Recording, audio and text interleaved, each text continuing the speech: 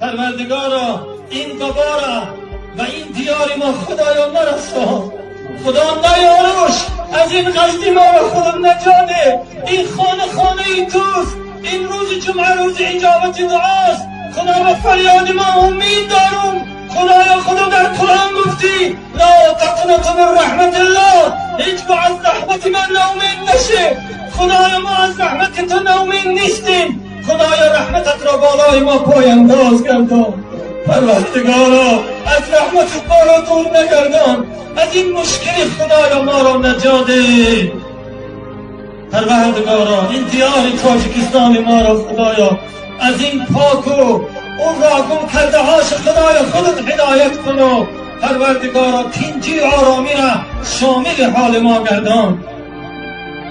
امروز بسیار جوانان غریب فرزندای شما برادران که در روسیه پیشرفت بسیار کرده ایستادند، بسیار پیشرفت داره.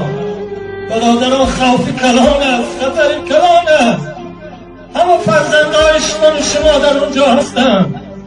برادر آنها خون دل شدند، آب دیدشان میریزد. از ما خواهش کردن که در این روز جمعه پدرهای ما آمین بگن، رشته پیدای ما آمین بگن، دعا کنید از منبر در حق جوانان غریب.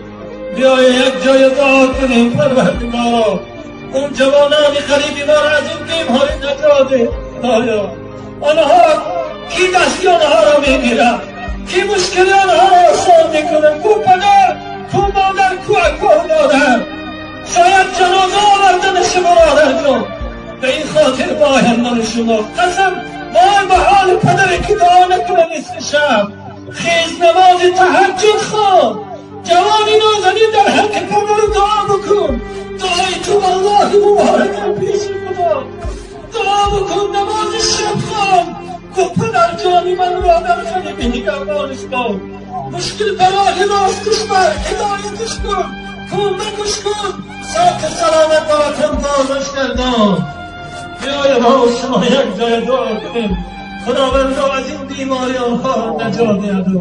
پیش کاشان مبارک و خداوند صاف و سلامت و با سری بلند با وطن بازگشتن را نصیب گرداند. دیار ما رو آرام و مرحوم سفراش بی خطر.